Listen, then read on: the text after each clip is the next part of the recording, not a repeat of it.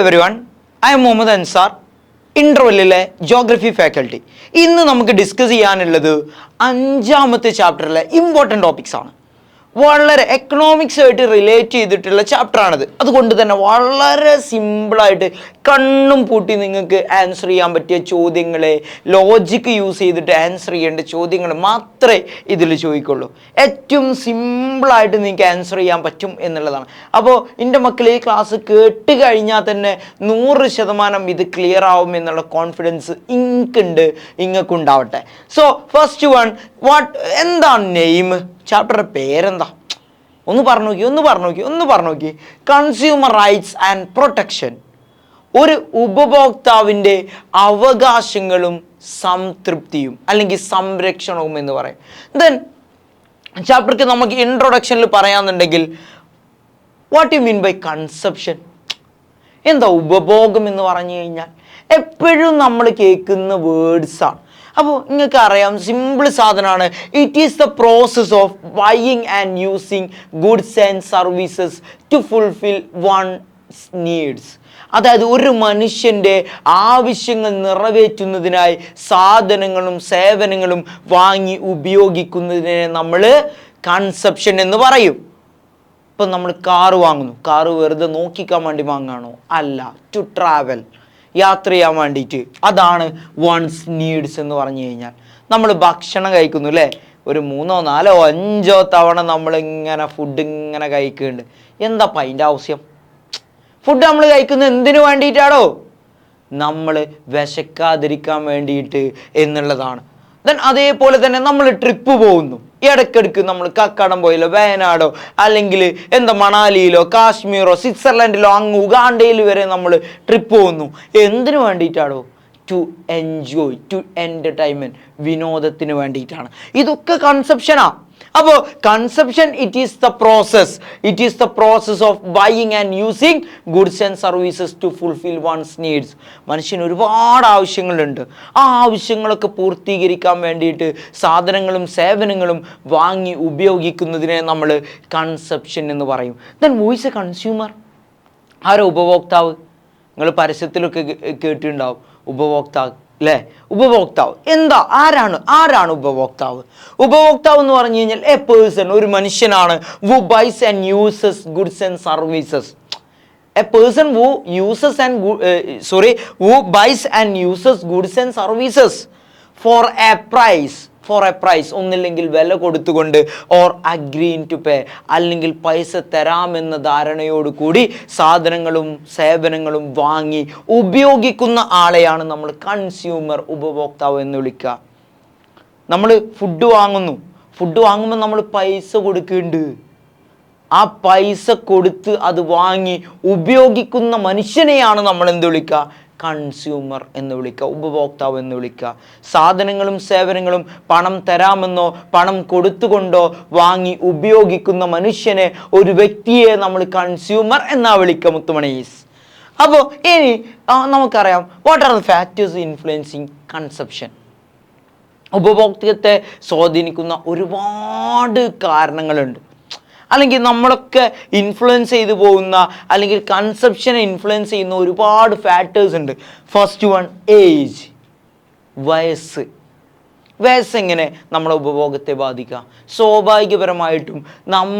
സ്വാഭാവികമായിട്ടും നിങ്ങൾക്ക് അറിയുന്നുണ്ടാവും, വയസ്സായ ഒരാൾ വാങ്ങുന്ന സാധനങ്ങളും ചെറുപ്പക്കാരനായ ഒരാൾ വാങ്ങുന്ന സാധനങ്ങളും ഒരേപോലെ ആവില്ല. ക്ലിയർ ആവുണ്ടോ? അപ്പോൾ നമ്മുടെ നാട്ടിൽ തന്നെ ഒരു വയസ്സായ ഒരാൾ കള്ളിമുണ്ടും അല്ലെങ്കിൽ ഒരു ടീഷർട്ടും ഒരു ബനിയനും ഒക്കെ ഇട്ട് നടക്കുന്നു. പക്ഷേ ചെക്കന്മാർ നടക്കുന്ന ഫ്രീക്ക് എന്താ? അത് നിങ്ങളൊന്ന് ആലോചിച്ച് നോക്കി. അപ്പോൾ അതും ഇതും തമ്മിൽ കമ്പയർ ചെയ്തുകൂടെ? ഏജിനനുസരിച്ച് കൺസെപ്ഷൻ മാറുന്നു. അതായത് വയസ്സിനനുസരിച്ച് കൺസെപ്ഷൻ, ഉപഭോഗം മാറുന്നു. രണ്ടാമത്തത് കൾച്ചർ ആൻഡ് സൊസൈറ്റി. നാടിൻ്റെ സംസ്കാരത്തിനനുസരിച്ച് എന്തു മാറുന്നു? കൺസെപ്ഷൻ മാറുന്നു, അല്ലെങ്കിൽ കൺസെപ്ഷൻ ഇൻഫ്ലുവൻസ് ചെയ്യുന്നു.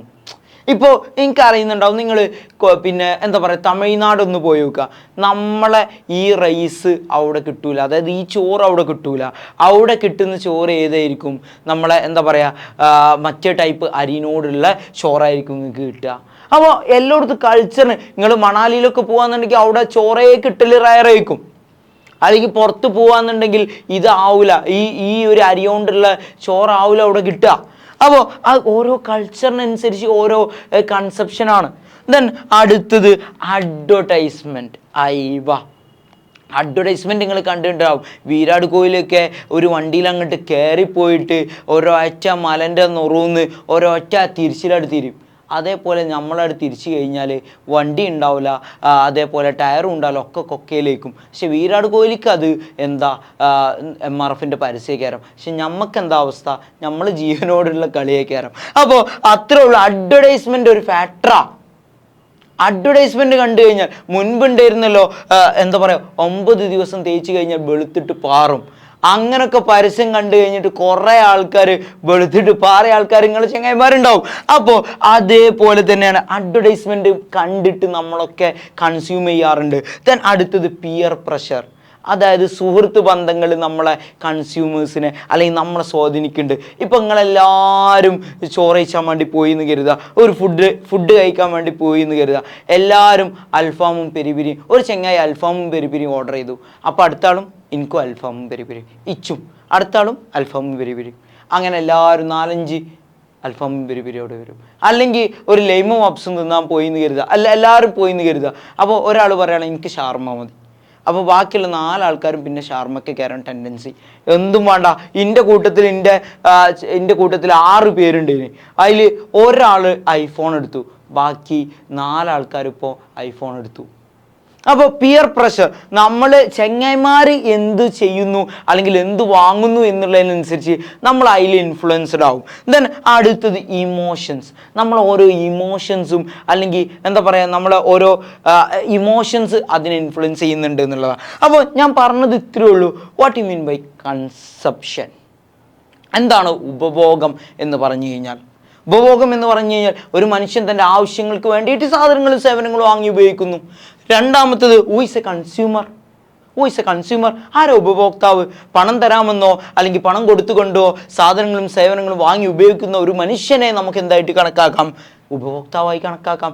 ഇനി ഉപഭോഗത്തെ സ്വാധീനിക്കുന്ന ഘടകങ്ങൾ ഇതൊന്നും അല്ലാത്ത കുറേ ഉണ്ട് കേട്ടോ. പക്ഷേ ഞാൻ സിമ്പിളായിട്ടുള്ളതാണ് പറഞ്ഞത്. ഏജ്, രണ്ടാമത്തത് പിയർ പ്രഷർ, മൂന്നാമത്തത് കൾച്ചർ ആൻഡ് സൊസൈറ്റി, നാലാമത്തത് അഡ്വർടൈസ്മെൻറ്റ്, അഞ്ചാമത്തത് ഇമോഷൻസ്.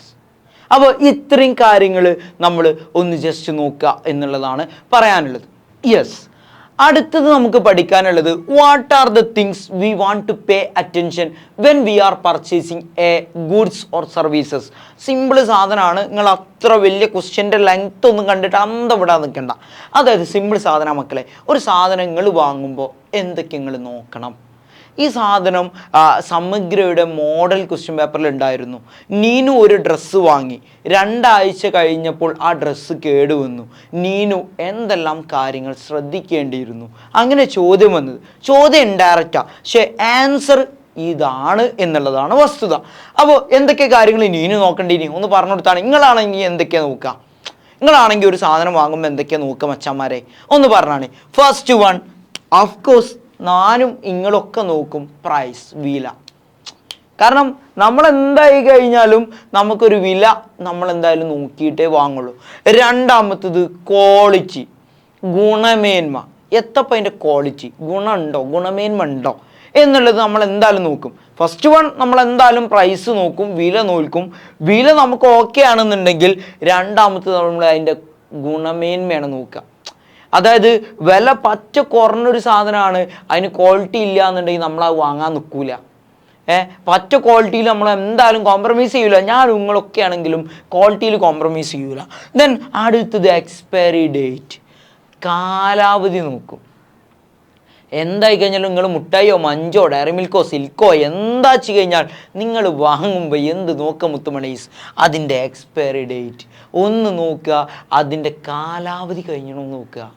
കാലാവധി കഴിഞ്ഞിട്ടുണ്ട് എന്നുണ്ടെങ്കിൽ ചിലപ്പം നിങ്ങൾക്ക് അത് തിന്നു കഴിഞ്ഞാൽ എന്ത് വരും? ഫുഡ് പോയ്സണോ അല്ലെങ്കിൽ ആകങ്ങൾ ഹോസ്പിറ്റലിലൊക്കെ കിടക്കേണ്ടി വരും. അപ്പോൾ എക്സ്പയറി ഡേറ്റ്. അടുത്തതാണ്, നാലാമത്തതാണ് ബ്രാൻഡ് നോക്കും. ഇപ്പം നിങ്ങൾ ബൂട്ട് വാങ്ങുമ്പോൾ സെഗ വാങ്ങണോ നൈക്ക വാങ്ങണോ ഏത് വാങ്ങണോ എന്നുള്ളത് നിങ്ങൾ നോക്കിയിട്ട് വാങ്ങുള്ളൂ എന്നുള്ളതാണ്. ദെൻ അടുത്തത് ആഫ്റ്റർ സെയിൽസ് സർവീസ് ഇമ്പോർട്ടൻ്റാണ്. ആഫ്റ്റർ സെയിൽസ് സർവീസ് അതായത് വിൽപ്പനാനന്തര സേവനം എന്ന് പറയും. ഒരു എക്സാമ്പിൾ വെച്ചിട്ട് ഞാൻ പറഞ്ഞുതരാം. എന്താ വിൽപ്പനാനന്തര സേവനം എന്ന് പറഞ്ഞു കഴിഞ്ഞാൽ? എത്തൂല. വിൽപ്പനാനന്തര സേവനം എന്ന് പറഞ്ഞു കഴിഞ്ഞാൽ നിങ്ങൾ ഒരു ഫോണ് വാങ്ങി, ഫോണ് ഒരു 10 ദിവസം കൊണ്ട് കേടുവന്ന് നിങ്ങളത് നന്നാക്കാൻ പോയപ്പോൾ അയാൾ നിങ്ങളെ മൈൻഡ് ചെയ്തില്ല. അതാണ് വിൽപ്പനാനന്തര സേവനം. അപ്പം നിങ്ങൾ പിന്നെ തിരിച്ച് അയാളുടെ അടുത്തേക്ക് തന്നെ വീണ്ടും ഒരു ഫോൺ എടുക്കുമ്പോൾ പോവില്ല. അതേപോലെ നിങ്ങളൊരു ഡ്രസ്സ് എടുത്തു, നിങ്ങൾ ഒരാഴ്ചക്കുള്ളിൽ അത് മാറ്റാൻ കൊടുത്തപ്പോൾ ആ കടക്കാരങ്ങളെ മൈൻഡ് തന്നെ വെച്ചില്ല. പിന്നെ ആ കടയിൽ നിങ്ങൾ പോവില്ലേ? കുഞ്ഞാപ്പാണെങ്കിൽ നിങ്ങൾ പോവും. അതല്ല എന്നുണ്ടെങ്കിൽ നിങ്ങൾ ഓഫ് കോഴ്സ് പിന്നെ അങ്ങോട്ട് തിരിഞ്ഞു നോക്കൂല. ഒരാൾക്കും ആ കട നിങ്ങൾ റെഫർ ചെയ്യൂല. The last one warranty guarantee. ഇപ്പോൾ എന്താ പറയുക, നിങ്ങൾ പെരേക്കൊരു കുക്കർ വാങ്ങുക, മിക്സി വാങ്ങുക, ഫ്രിഡ്ജ് വാങ്ങുക, ഓഫ് കോഴ്സ് നിങ്ങൾ നോക്കുന്നൊരു കാര്യമായിരിക്കും വാറണ്ടി ഗ്യാരണ്ടി. അപ്പോൾ ഞാൻ പറഞ്ഞത് what are the things we want to look when we are purchasing a goods or services. ഒരു സാധനം അല്ലെങ്കിൽ സേവനം നിങ്ങൾ വാങ്ങുമ്പോൾ നിങ്ങൾ ശ്രദ്ധിക്കേണ്ട കാര്യങ്ങൾ എന്തൊക്കെയാണ്? നിങ്ങൾ എന്തൊക്കെ നോക്കും? സിമ്പിൾ സാധനമാണ്. ഫസ്റ്റ് വൺ അതിൻ്റെ പ്രൈസ് നോക്കും, വില നോക്കും. രണ്ടാമത്തത് ക്വാളിറ്റി, ഗുണമേന്മ ഉണ്ടോ നോക്കും. അടുത്തത് എക്സ്പയറി ഡേറ്റ്, അതിൻ്റെ കാലാവധി എത്രയാണ് നോക്കും. അതിൻ്റെ നാലാമത്തത് ബ്രാൻഡ്, ഏതാണ് കമ്പനി നോക്കും. അഞ്ചാമത്തത് വിൽപ്പനാനന്തര സേവനം, അതായത് ആഫ്റ്റർ സെയിൽസ് സർവീസ് നോക്കും. ആറാമത്തത് വാറണ്ടി ഉണ്ടോ ഗ്യാരണ്ടി ഉണ്ടോ നോക്കും. അപ്പോൾ ഇത്തരം കാര്യങ്ങൾ നോക്കിക്കഴിഞ്ഞാൽ മാത്രമേ നിങ്ങൾക്ക് ആ പർച്ചേസിങ് അടിപൊളിയായിട്ട് ചെയ്യാൻ പറ്റുള്ളൂ എന്നുള്ളതാണ്. ഈ ചാപ്റ്ററത്തെ അടുത്ത ഇമ്പോർട്ടൻ്റ് ആയിട്ടുള്ള ടോപ്പിക്കാണ് കൺസ്യൂമർ പ്രൊട്ടക്ഷൻ മൂവ്മെൻറ്റ്സ്. മലയാളത്തിൽ ഉപഭോക്തൃ സംരക്ഷണ പ്രസ്ഥാനം. ചിലപ്പോൾ വൺ വേർഡ് ചോദിക്കും, ഇതെന്നാ തുടങ്ങിയത്? 1966. അപ്പോൾ 1966 മുംബൈയിലാണ് കൺസ്യൂമർ പ്രൊട്ടക്ഷൻ മൂവ്മെൻറ്റ് സ്റ്റാർട്ട് ചെയ്തത്. So it is started in 1966 in Mumbai. Then ഏറ്റവും ഇമ്പോർട്ടൻ്റ് അതൊന്നുമല്ല, ഇതിൻ്റെ ഒബ്ജക്റ്റീവ്സ് ആണ്. 4-5 മാർക്കിന് ഇതിൻ്റെ ഒബ്ജക്റ്റീവ്സ് ചോദിക്കും എന്നുള്ളത് തന്നെയാണ് എനിക്ക് പറയാനുള്ളത്. ഇതിൻ്റെ ഒബ്ജക്റ്റീവ്സ് ഫസ്റ്റ് വൺ 6 ഒബ്ജക്റ്റീവ്സ് ആണുള്ളത്. To protect consumer right. ഉപഭോക്താക്കൾക്ക് ഒരുപാട് റൈറ്റുകളുണ്ട്. right of safety, right to inform, then right to consumer education, അങ്ങനെ പറഞ്ഞിട്ട് കുറേ കൺസ്യൂമർ റൈറ്റ്സ് ഉണ്ട്. അത് പ്രൊട്ടക്റ്റ് ചെയ്യുക, ഉപഭോക്താക്കളുടെ അവകാശങ്ങൾ സംരക്ഷിക്കുക എന്നുള്ളതാണ് ഫസ്റ്റ് എയിം. രണ്ടാമത്തേത് ടു പ്രിവെൻറ്റ് ഫ്രോഡ്സ്, പറ്റിക്കുന്നവരിൽ നിന്നുള്ള സംരക്ഷണം, ചൂഷണങ്ങളിൽ നിന്നുള്ള തട്ടിപ്പുകളിൽ നിന്നുള്ള സംരക്ഷണം എന്നുള്ളതാണ്. മൂന്നാമത്തത് ടു എംപവർ കൺസ്യൂമേഴ്സ്, ഉപഭോക്താക്കളെ ശാക്തീകരിക്കുക എന്ന് പറഞ്ഞു കഴിഞ്ഞാൽ നല്ല ബൂസ്റ്റ് ഹോർലിക്സ് ഒക്കെ കൊടുത്തിട്ട് മസിൽമാൻ ആക്കിയിട്ട് ജിമ്മിൽ കണ്ടുവരുന്ന ആ ശാക്തീകരണമല്ല. ടു എംപവർ കൺസ്യൂമേഴ്സിന്, ഉപഭോക്താക്കൾക്ക് എല്ലാവിധ സപ്പോർട്ടും കൊടുക്കുക എന്നുള്ളതാണ്. അത് ഫിസിക്കലി തന്നെ ആവണം എന്നില്ല. To empower consumers. അടുത്തത് ടു ലെജിസ്ലേറ്റ്, നിയമസഹായം കൊടുക്കുക അല്ലെങ്കിൽ നിയമനിർമ്മാണം നടത്തുക. To legislate. ദെൻ അടുത്തത് to ensure the credibility of advertisement. നമ്മൾ പറഞ്ഞിട്ടുണ്ടായിരുന്നു അഡ്വർടൈസ്മെൻറ്റ് അതായത് തെറ്റിദ്ധരിക്കപ്പെടുന്ന പരസ്യങ്ങളിൽ നിന്നും സംരക്ഷണം ഉറപ്പുവരുത്തുക. ഞാൻ നേരത്തെ പറഞ്ഞിട്ടുണ്ടായിരുന്നു, ചില സോപ്പൊക്കെ എടുത്ത് തേച്ച് കഴിഞ്ഞാൽ നിങ്ങൾ വെളുത്തിട്ടാട് വരും എന്ന് പറയും. എന്നിട്ട് നിങ്ങൾ എപ്പോഴെങ്കിലും ഇതുവരെ ഏതെങ്കിലും സോപ്പ് യൂസ് ചെയ്തിട്ട് നിങ്ങൾ വെളുത്തിക്കണോ? ഇല്ലല്ലോ. അപ്പോൾ അങ്ങനെയാണ് ഇതിൽ പറയുന്നത്. Then representation of consumers in political forums. ഓരോ പൊളിറ്റിക്കൽ പാർട്ടികളിലും ആരെ ഉറപ്പുവരുത്തുക? നമ്മളെ ഉപഭോക്താക്കളെ ഉറപ്പുവരുത്തുക എന്നുള്ളതാണ്. അപ്പോൾ ഉപഭോക്തൃ സംരക്ഷണ പ്രസ്ഥാനത്തിൻ്റെ ലക്ഷ്യങ്ങൾ 6 അത് നിലവിൽ വന്നത് 1966 എവിടെ നിലവിൽ വന്നത്? ബോംബെ അല്ലെങ്കിൽ മുംബൈയിലാണ്. ദെൻ അതിൻ്റെ ഒബ്ജക്റ്റീവ്സ്, ലക്ഷ്യങ്ങൾ നമ്മൾ പഠിച്ചിട്ടുണ്ട്. എന്താ ലക്ഷ്യങ്ങൾ? First one two protect consumer rights. ഉപഭോക്താക്കളെ സംരക്ഷിക്കുക അല്ലെങ്കിൽ ഉപഭോക്താവിൻ്റെ അവകാശങ്ങളെ സംരക്ഷിക്കുക. രണ്ടാമത്തെ ടു പ്രിവെൻറ്റ് ഫ്രോഡ്സ് തട്ടിപ്പുകാരിൽ നിന്നും സംരക്ഷണം ഉറപ്പുവരുത്തുക. ടു എംപവർ കൺസ്യൂമേഴ്സിനെ ശാക്തീകരിക്കുക. നാലാമത്തത് ടു ലെജിസ്ലേറ്റ് നിയമനിർമ്മാണം നടത്തുക. അഞ്ചാമത്തത് to ensure the credibility of advertisement പരസ്യങ്ങളിൽ സത്യസന്ധത ഉറപ്പുവരുത്തുക. Last one to ensure the representation of consumers in political forums. അപ്പോൾ ഇത് സെറ്റാണെന്നുള്ളതാണ് ഞാൻ കരുതുന്നത്. നമ്മളപ്പോൾ കൺസ്യൂമർ പ്രൊട്ടക്ഷൻ മൂവ്മെൻറ്റ് സ്റ്റാർട്ട് ചെയ്ത് തന്നതിന് 1966. അതിനെക്കുറിച്ച് ഡീറ്റെയിൽഡ് ആയിട്ട് അതിൻ്റെ ഒബ്ജക്റ്റീവ്സ് അടക്കം നമ്മൾ പഠിച്ചു. ഇനി നമുക്ക് പഠിക്കാനുള്ളത് കൺസ്യൂമർ പ്രൊട്ടക്ഷൻ ആക്ട്. രണ്ട് നമ്മൾ മാറിപ്പോയത് മുത്തുമണീസ്. ഇത് തുടങ്ങുന്നത് 1986 ഇത് സ്റ്റാർട്ട് ചെയ്യുന്നത്. മറ്റത് 20 കൊല്ലം മുന്നേ 1966. അതിൻ്റെ ഒബ്ജക്റ്റീവ് വേറെ, ഇതിൻ്റെ ഒബ്ജക്റ്റീവ് വേറെ. അപ്പോൾ 1986 ഈ ആക്ട് നിലവിൽ വന്നത്. പക്ഷെ അതിനുശേഷം 2019 ആക്ട് ഒന്ന് പുതുക്കി റിന്യൂ ചെയ്തു. 2020 പുതിയ നിയമം നിലവിൽ വന്നു. ആ നിയമത്തിൻ്റെ ഒബ്ജക്റ്റീവ്സ് ആണ് നമുക്ക് പഠിക്കാനുള്ളത്. First one established CCPA consumer protection act, അല്ലെങ്കിൽ എന്താ പറയുക, consumer protection authority cell establish ചെയ്തതാണ് ഫസ്റ്റ്, അല്ലെങ്കിൽ ഉണ്ടാക്കിയതാണ് ഫസ്റ്റ് ലക്ഷ്യം എന്ന് പറഞ്ഞു കഴിഞ്ഞാൽ. രണ്ടാമത്തത് made rules to prevent unfair trade through e commerce വഴിയുള്ള എല്ലാ അനീതിപരമായിട്ടുള്ള ട്രേഡും അല്ലെങ്കിൽ വാണിജ്യവും ഇത് തടഞ്ഞു എന്നുള്ളതാണ്. എല്ലാവിധ കച്ചവടങ്ങളും അനീതിപരമായിട്ടുള്ള എന്ന് പ്രത്യേകം പറയുന്നുണ്ട് കേട്ടോ.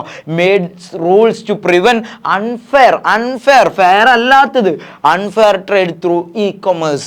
മൂന്നാമത്തത് simplify the consumer dispute resolution process. ഉപഭോക്തൃ തർക്ക പരിഹാര പ്രക്രിയ ലളിതമാക്കി സിമ്പിളാക്കി. നിങ്ങളൊന്ന് ആലോചിച്ച് നോക്കുക. ശരിക്ക് ഒരു കോടതിയിൽ ഒരു കേസ് എത്തി കഴിഞ്ഞാൽ 20, 30, 40, 50 വർഷം കഴിഞ്ഞിട്ടൊക്കെയാണ് അതിൻ്റെ വിധി വരിക. പക്ഷേ ഒരു ഉപഭോക്താവിൻ്റെ അവകാശത്തിന് വേണ്ടി ഒരു കേസ് ഫയൽ ചെയ്ത് കഴിഞ്ഞാൽ അത് വിത്തിൻ മന്ത്സ് അല്ലെങ്കിൽ വിത്തിൻ ഇയേഴ്സ് അത് എന്ത് ചെയ്യും, സോൾവ് ചെയ്യും, സിംപ്ലിഫൈ ചെയ്യും എന്നുള്ളതാണ്. ദെൻ അടുത്തത് give punishment for who make or sell adulterated goods. മായം ചേർത്തിട്ട് കച്ചവടം നടത്തുന്ന ആൾക്കാരുണ്ടാവില്ലേ, ഓൾക്കൊക്കെ പണിഷ്മെൻറ്റ് ഉറപ്പ് വരുത്തിയ നിയമാടോ നമ്മളെ കൺസ്യൂമർ പ്രൊട്ടക്ഷൻ ആക്ട്. അപ്പം മായം ചേർത്ത് കച്ചവടം ചെയ്ത് കഴിഞ്ഞാൽ പണിഷ്മെൻ്റ് ഉറപ്പാക്കി, അവർക്ക് ശിക്ഷ ഉറപ്പ് വരുത്തി എന്നുള്ളതാണ് ഒരു ഉദ്ദേശം, ഈ ഒരു ലക്ഷ്യം. അപ്പോൾ give punishment for who makes or sell adulterate good items. സിമ്പിളായിട്ട് പറഞ്ഞു കഴിഞ്ഞാൽ നമ്മുടെ നാട്ടിലൊക്കെ ചിലപ്പോൾ ചില എന്താ പറയുക, നമ്മളെ ഫുഡൊക്കെ ഉണ്ടാക്കുന്ന ആൾക്കാർ അല്ലെങ്കിൽ ചില കച്ചവടക്കാർ അതിലോട്ട് ചിലപ്പോൾ ടേസ്റ്റ് കൂടാൻ വേണ്ടിയിട്ട് ചില രാസപദാർത്ഥങ്ങളൊക്കെ ഇടയിലുണ്ടായിരുന്നു. അപ്പോൾ അങ്ങനെ ഉണ്ടെന്നുണ്ടെങ്കിൽ അവരെയൊക്കെ പണിഷ് ചെയ്യാനുള്ള ആക്റ്റാണ് ശരിക്കും നമ്മൾ കൺസ്യൂമർ പ്രൊട്ടക്ഷൻ ആക്ട്. അടുത്തത് റൈറ്റ് ടു കൺസ്യൂമർ എഡ്യൂക്കേഷൻ. ആരാ ഉപഭോക്താവ്, എന്താ ഉപഭോക്താവിൻ്റെ അവകാശങ്ങൾ എന്തൊക്കെ, ഉപഭോക്തൃ സംരക്ഷണ പ്രസ്ഥാനം എന്താ, ഇതൊക്കെ പഠിക്കാനുള്ള അവകാശം കൊടുത്തു ഉപഭോക്തൃ സംരക്ഷണ നിയമം, consumer protection act. And the last one is to prevent from misleading advertisement.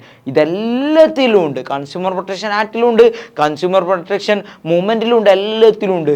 തെറ്റിദ്ധരിപ്പിക്കുന്ന പരസ്യങ്ങളിൽ നിന്നും തടയുക എന്നുള്ളതാണ്. അപ്പോൾ ഒന്നും കൂടി പറയാണ്, established central consumer protection authority established CCPA ഉണ്ടാക്കി.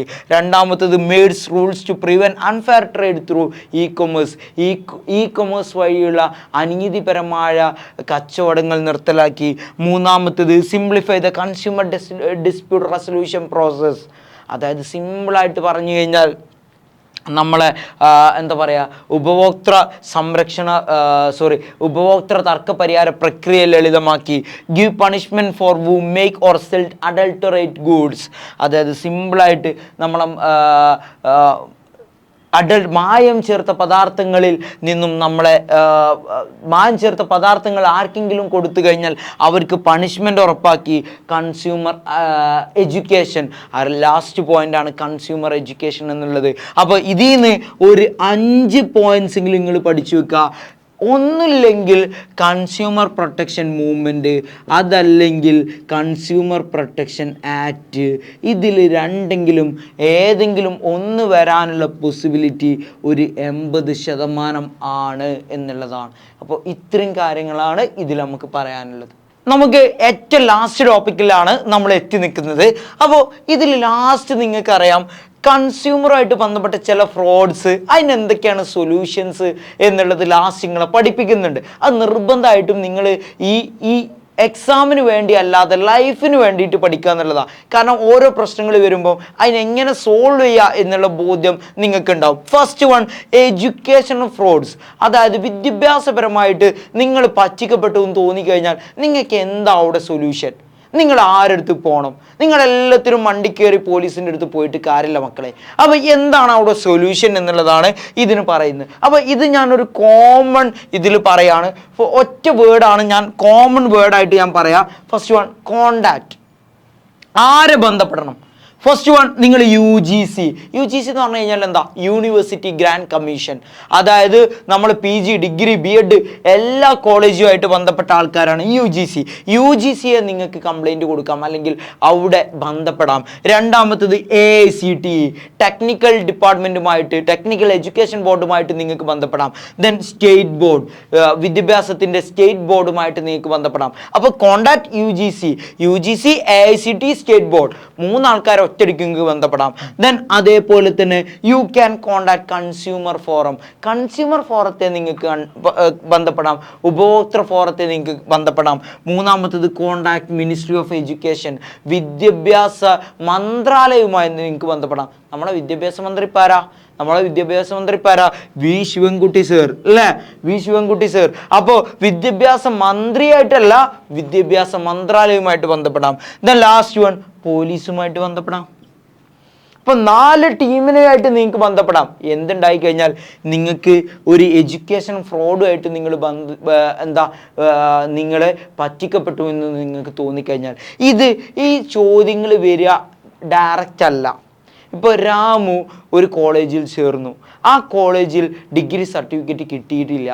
നിങ്ങൾ രാമുവിന് നിർദ്ദേശിക്കുന്ന നിർദ്ദേശങ്ങൾ എന്തെല്ലാം? അങ്ങനെ ചോദ്യം വരിക. അപ്ലിക്കേഷൻ ലെവലിലാണ് ചോദ്യം വരിക. അപ്പോൾ നിങ്ങൾ പറഞ്ഞു കൊടുക്കണം, നിങ്ങൾ എഴുതണം. First one, contact UGC or AICTE or state board. രണ്ടാമത്തത് you can contact consumer forum. Then you can contact ministry of education. You can contact then police. അപ്പോൾ അങ്ങനെയാണ് സെനാരിയോ വെച്ചിട്ട്, ഓരോ സാഹചര്യങ്ങൾ വെച്ചിട്ടാണ് എന്തായി കഴിഞ്ഞാലും ചോദ്യങ്ങൾ വരിക. അപ്പോൾ നിങ്ങൾക്ക് ആരെയെല്ലാം ബന്ധപ്പെടാം? UGCയെ ബന്ധപ്പെടാം, AICTEയെ ബന്ധപ്പെടാം, സ്റ്റേറ്റ് ബോർഡിനെ ബന്ധപ്പെടാം, കൺസ്യൂമർ ഉപഭോക്തൃ ഫോറത്തെ ബന്ധപ്പെടാം, ദെൻ വിദ്യാഭ്യാസ മന്ത്രാലയത്തെ ബന്ധപ്പെടാം, പോലീസിന് അടുത്തുള്ള പോലീസ് സ്റ്റേഷനെ ബന്ധപ്പെടാം. അപ്പോൾ എഡ്യൂക്കേഷണൽ ഫ്രോഡ്സ് വന്നു കഴിഞ്ഞാൽ ആട്ടി ഓടിക്കാനുള്ള എല്ലാവിധ രഹസ്യങ്ങളും നമ്മൾ പറഞ്ഞു. അപ്പോൾ ഇനി നമുക്ക് പഠിക്കാനുള്ളത് ഇപ്പോൾ ഏറ്റവും കൂടുതൽ ഫ്രോഡ്സുകൾ ഇറങ്ങിയിട്ടുള്ള രണ്ടാമത്തെ വിഭാഗമാണ് ഹെൽത്ത് കെയർ, ആരോഗ്യവുമായിട്ട് ബന്ധപ്പെട്ടിട്ട്. നിങ്ങൾക്ക് അറിയുന്നുണ്ടാവും, ഒരു ഹോസ്പിറ്റലിൽ അങ്ങോട്ട് പോയി കഴിഞ്ഞാൽ അതിൻ്റെ പറ്റിക്കലിൻ്റെ അങ്ങേതല ഇപ്പോൾ പല പ്രൈവറ്റ് ഹോസ്പിറ്റലുകളും നടക്കുന്നത്. ഒരു സർജറിക്ക് ലക്ഷങ്ങൾ വാങ്ങുക, അല്ലെങ്കിൽ ഒരു മെഡിക്കൽ ചെക്കപ്പിന് ലക്ഷങ്ങൾ വാങ്ങുന്ന സെനാരിയോസ് ഉണ്ട്. എല്ലാവരും ഇപ്പോൾ ആരോഗ്യരംഗത്ത് പറ്റിക്കൽ ഫേസ് ചെയ്യുന്നുണ്ട് എന്നുള്ളതാണ്. അപ്പോൾ അതിനെന്താ സൊല്യൂഷൻ? അല്ലെങ്കിൽ നിങ്ങളൊരു ഹോസ്പിറ്റലിൽ പോയി കഴിഞ്ഞാൽ അധിക ബില്ല് ഈടാക്കി, ആരോടാണ് നിങ്ങൾ പരാതി പറയേണ്ടത്? അതാണ് ഇനി നമുക്ക് പഠിക്കാനുള്ളത്. We want to complaint state or national medical council. നിങ്ങൾക്ക് പരാതി കൊടുക്കാം. ആർക്ക്? സ്റ്റേറ്റ് അല്ലെങ്കിൽ നാഷണൽ മെഡിക്കൽ കൗൺസിലിന് നിങ്ങൾക്ക് പരാതികൾ കൊടുക്കാം. രണ്ടാമത് നിങ്ങൾ പരാതി കൊടുക്കണം ഡയറക്ടറേറ്റ് ഓഫ് ഹെൽത്തിൻ്റെ ഡയറക്ടറേറ്റിന് നിങ്ങൾക്ക് പരാതി കൊടുക്കാം. മൂന്നാമത്തേത്, ഇപ്പോൾ ഒരു പുതിയ കൊറോണയ്ക്ക് ശേഷം ഒരു പുതിയ ആപ്പ് ഇറങ്ങിയാണ്, ആരോഗ്യ സേതു ആപ്പ് എന്നാണ് അതിൻ്റെ പേര്. അതിൽ നിങ്ങൾക്ക് പെറ്റീഷൻ കൊടുക്കാം. അപ്പം 3 ആൾക്കാർക്ക് നിങ്ങൾക്ക് കംപ്ലൈൻറ്റ് കൊടുക്കാം. First one state or national medical council. ഇത് എല്ലായിടത്തും എല്ലാ ഹോസ്പിറ്റലിലും ഉണ്ടാവും ഇവരുടെ നമ്പർ, മെഡിക്കൽ കൗൺസിലിൻ്റെ നമ്പർ എല്ലായിടത്തും ഉണ്ടാവും. രണ്ടാമത്തത് ഡയറക്ടറേറ്റ് ഓഫ് ഹെൽത്ത് കെയർ അല്ലെങ്കിൽ ഡയറക്ടറേറ്റ് ഓഫ് ഹെൽത്തിന് നിങ്ങൾക്ക് കംപ്ലൈൻറ്റ് കൊടുക്കാം. മൂന്നാമത്തത് ആരോഗ്യ സേതു ആപ്പ് വഴി നിങ്ങൾക്ക് പെറ്റീഷൻ കൊടുക്കാം. നാലാമത്തത് you want to give petition ഒരു പെറ്റീഷൻ കൊടുക്കാം. പ്രൈവറ്റ് ഇറ്റിഗേഷൻ പെറ്റീഷൻ നിങ്ങൾക്ക് കൊടുക്കാം ഹൈക്കോർട്ടിലോ അല്ലെങ്കിൽ സുപ്രീം കോർട്ടിലോ. ഒരു PIL നിങ്ങൾക്ക് പ്രൈവറ്റ് ഇൻട്രസ്റ്റ് ലിറ്റിഗേഷൻ എന്നാണ് അതിന് പറയുക, മലയാളത്തിൽ പൊതു താല്പര്യ ഹർജി നിങ്ങൾക്ക് കൊടുക്കാം. അപ്പം 4 സൊല്യൂഷൻസ് ആണ് നമ്മൾ ആരോഗ്യപരമായിട്ട് വന്നു കഴിഞ്ഞാൽ ചെയ്യാൻ വേണ്ടി പറ്റുക. ഫസ്റ്റ് വൺ, ആരോഗ്യ ഫ്രോഡിനെ ഓടിക്കാനുള്ള 4 ഫോർമുലാസ് നമ്മൾ പഠിച്ചു. First one, state or national medical കൗൺസിലിന് നിങ്ങൾക്ക് പരാതി കൊടുക്കാം. ഡയറക്ടറേറ്റ് ഓഫ് ഹെൽത്തിന് നിങ്ങൾക്ക് പരാതി കൊടുക്കാം. ആരോഗ്യ സേതു ആപ്പ് വഴി നിങ്ങൾക്ക് പരാതി കൊടുക്കാം. പ്രൈവറ്റ് ഇൻട്രസ്റ്റ് ലിറ്റിഗേഷൻ ഹൈക്കോർട്ടിലോ സുപ്രീം കോർട്ടിലോ ഫയൽ ചെയ്യാം. അടുത്ത ഏറ്റവും കൂടുതൽ പറ്റിക്കൽ ഇന്ന് കണ്ടുവരുന്ന ഒരു മേഖലയാണ്, നിങ്ങൾക്ക് അറിയുന്നുണ്ടാവും, വിദേശത്ത് ജോലി വാഗ്ദാനം ചെയ്ത് തട്ടിപ്പ് എന്ന് പറഞ്ഞിട്ട് ഒരുപാട് പേര് ഇന്ന് അറസ്റ്റിലാവുന്നുണ്ട്. അപ്പോൾ ഇങ്ങനത്തെ കേസിൽ എന്താണ് സൊല്യൂഷൻ? ഇങ്ങനത്തെ ഫ്രോഡ്സിനെ നമുക്ക് എങ്ങനെ ഓടിക്കാം എന്നുള്ളതാണ്, അല്ലെങ്കിൽ ഓർക്കെതിരെ എന്ത് സ്റ്റെപ്പ് എടുക്കാം എന്നുള്ളതാണ് നമ്മൾ പറയുന്നത്. കംപ്ലൈൻറ്റ് തന്നെ ആർക്കാ കംപ്ലൈൻറ്റ് കൊടുക്കണ്ടേ? First one, protectorate of emigrants. Protectorate of emigrants പഠിക്കണേ. You want to file complaint in protectorate of emigrants. രണ്ടാമത്തത്, നിങ്ങൾ വിദേശത്ത് പോയിട്ട് അവിടെ കുടുങ്ങുകയെന്നുണ്ടെങ്കിൽ അവിടുത്തെ ഇന്ത്യൻ എംബസിക്ക് നിങ്ങൾക്ക് പരാതി കൊടുക്കാം. ഇപ്പോൾ ഫോർ എക്സാമ്പിൾ, ഞാൻ പാസ്പോർട്ട് കൊടുത്ത് വിസ എടുത്ത് ഒരാൾ ഒരു കുഞ്ഞാണി എവിടേക്ക് ദുബായിക്ക് കൊണ്ടുപോയി, ദുബായിൽ നല്ലൊരു എന്താ പറയുക പണിയുണ്ടെന്ന് പറഞ്ഞിട്ടാണ് കൊണ്ടുപോയത്. പക്ഷേ ഞാൻ അവിടെ പോയിട്ട് ഒരാളുമില്ല, ആ ഏരിയയിൽ അങ്ങനെ ഒരു കമ്പനി ഇല്ല, അങ്ങനെ ഒരു പണിയില്ല. എന്താ ഞാൻ ചെയ്യുക? ഞാൻ ആകെ കുടുങ്ങി, ആകെ പണിപാളി. എനിക്ക് അവിടെ ആകെ ഒരു ആശ്രയമുള്ളത് അവിടുത്തെ ഇന്ത്യൻ എംബസി, ദുബായിലെ ഇന്ത്യൻ എംബസിയിൽ, UAE ഇന്ത്യൻ എംബസിയിൽ പോയിട്ട് ഇങ്ങനെ ഞാൻ പറ്റിക്കപ്പെട്ടു എന്ന് പറഞ്ഞിട്ട് കംപ്ലൈൻറ്റ് കൊടുക്കാം. ദെൻ അടുത്തത്, നിങ്ങൾക്ക് പരാതി കൊടുക്കാം. ഒരു ആപ്പ് ഉണ്ട് അല്ലെങ്കിൽ ഒരു കേന്ദ്രമുണ്ട്, പ്രവാസി സഹായത കേന്ദ്ര. അവിടെ പോയിട്ട് നിങ്ങൾക്ക് കംപ്ലൈൻറ്റ് രജിസ്റ്റർ ചെയ്യാം. ലാസ്റ്റ് വൺ, ഇങ്ങനെയുള്ളത് ഏത് സെക്ഷൻ പ്രകാരമാണ്? IPC Indian penal code section 420 പ്രകാരം കംപ്ലൈൻറ്റ് രജിസ്റ്റർ ചെയ്യാം. അപ്പോൾ കംപ്ലൈൻറ്റ് കൊടുക്കാം. എവിടെ കൊടുക്കണം, എങ്ങനെ കൊടുക്കണം എന്നുള്ളതാണ് ഇമ്പോർട്ടൻറ്റ്. അല്ലാതെ എവിടെയെങ്കിലും പോയിട്ട് കംപ്ലൈൻറ്റ് കൊടുത്തിട്ട് കാര്യമില്ല. ഫസ്റ്റ് വൺ, ഇന്ത്യൻ എംബസിയിൽ നിങ്ങൾക്ക് കംപ്ലൈൻറ്റ് കൊടുക്കാം. രണ്ടാമത്തത്, പ്രൊട്ടക്ടറേറ്റ് ഓഫ് എമിഗ്രൻസിൽ നിങ്ങൾക്ക് കംപ്ലൈൻറ്റ് കൊടുക്കാം. മൂന്നാമത്തത്, IPC സെക്ഷൻ 420 ആക്ട് പ്രകാരം നിങ്ങൾക്ക് കംപ്ലൈൻറ്റ് കൊടുക്കാം. പ്രവാസി സഹായത കേന്ദ്രത്തിലും നിങ്ങൾക്ക് കംപ്ലൈൻറ്റ് കൊടുക്കാം. അപ്പോൾ 3 ഹെൽത്ത് കെയർ ഫ്രോഡ്സിനെ കുറിച്ച് നമ്മൾ പഠിച്ചു. ദെൻ എഡ്യൂക്കേഷൻ ഫ്രോഡ്സിനെ ഡീലാക്കേണ്ട രീതി നമ്മൾ പഠിച്ചു. Last one, job offer abroad. ഇതും ഞാൻ പറഞ്ഞു തരാം. ചിലപ്പോൾ രാമു ദുബായിൽ ഒരു ജോലി വാഗ്ദാനം ചെയ്ത് കുടുങ്ങി, രാമുവിന് പറ്റിയ പണി കിട്ടിയില്ല, എന്താണ് നിങ്ങൾക്ക് കൊടുക്കാൻ പറ്റുന്ന നിർദ്ദേശം? ഇങ്ങനെയാണ് ചോദിക്കുക. റിയൽ ലൈഫ് എക്സാമ്പിളായിട്ടാണ് ചോദിക്കുക. ഓക്കെ, അപ്പോൾ ചാപ്റ്ററിൻ്റെ ഏറ്റവും ലാസ്റ്റ് ടോപ്പിക്കിലോട്ട് നമ്മൾ എത്തുകയാണ്. Online fraud. ഇന്ന് ഏറ്റവും കൂടുതൽ സൊസൈറ്റിയിൽ നടക്കുന്നതാണ് ഓൺലൈൻ. അതായത് ഇപ്പം MVDയിൽ നിന്നും എന്താ പറയുക, നിങ്ങൾക്ക് ഫൈനുണ്ട് എന്നൊക്കെ പറഞ്ഞിട്ട് ചില ലിങ്ക് ത്രൂ നിങ്ങൾ ആ ലിങ്കിൽ കയറി നോക്കി കഴിഞ്ഞാൽ ഞങ്ങളെ പൈസ അങ്ങോട്ട് പോകും. അങ്ങനത്തെ ഓൺലൈൻ തട്ടിപ്പുകൾ ഇന്ന് ഏറ്റവും കൂടുതൽ നടക്കുന്ന ഒരു സാഹചര്യമാണ്, സെനാരിയോ ആണുള്ളത്. അല്ലെങ്കിൽ നിങ്ങൾ ഒരു ഇൻസ്റ്റഗ്രാമിൽ ഒരു റീലൊക്കെ കണ്ടിട്ട് ഒരു സാധനം പർച്ചേസ് ചെയ്തു, ആ സാധനം ഇവിടെ എത്തിയില്ല, നിങ്ങൾ എവിടെയാണ് കംപ്ലൈൻറ്റ് ചെയ്യേണ്ടത്? ഫസ്റ്റ് വൺ, നിങ്ങൾക്കറിയാം, ഓൺലൈൻ വഴിയുള്ള ഏത് പറ്റിക്കൽസിനും നിങ്ങൾക്ക് പോകാൻ പറ്റിയൊരു സ്ഥലമാണ് cyber crime cell. You want to give petition on cyber crime cell. രണ്ടാമത്, നിങ്ങൾക്ക് കംപ്ലൈൻറ്റ് കൊടുക്കാം, അല്ലെങ്കിൽ ഒരു പോർട്ടലുണ്ട് CERT, computer emergency response team. അവിടെ പോയിട്ട് നിങ്ങൾക്ക് കംപ്ലൈൻറ്റ് രജിസ്റ്റർ ചെയ്യാം. അപ്പോൾ സൈബർ സെല്ലിൽ പരാതി കൊടുക്കാം. രണ്ടാമത്തത് CERTയിൽ പരാതി കൊടുക്കാം. മൂന്നാമത്തത്, you want to give petition on national consumer help line, അല്ലെങ്കിൽ നിങ്ങൾക്ക് കൺസ്യൂമർ ഹെൽപ്പ് ലൈനെ വിളിച്ചിട്ട് അവിടെ കംപ്ലൈൻറ്റ് കൊടുക്കാം. ഇത് ഇപ്പോൾ ഞാൻ കഴിഞ്ഞ ഒരു 2 ആഴ്ച മുന്നേ ഒരു ഇൻസ്റ്റഗ്രാമിൽ ഒരു റീല് കണ്ടിട്ട് ഒരു ഷർട്ട് പർച്ചേസ് ചെയ്തു.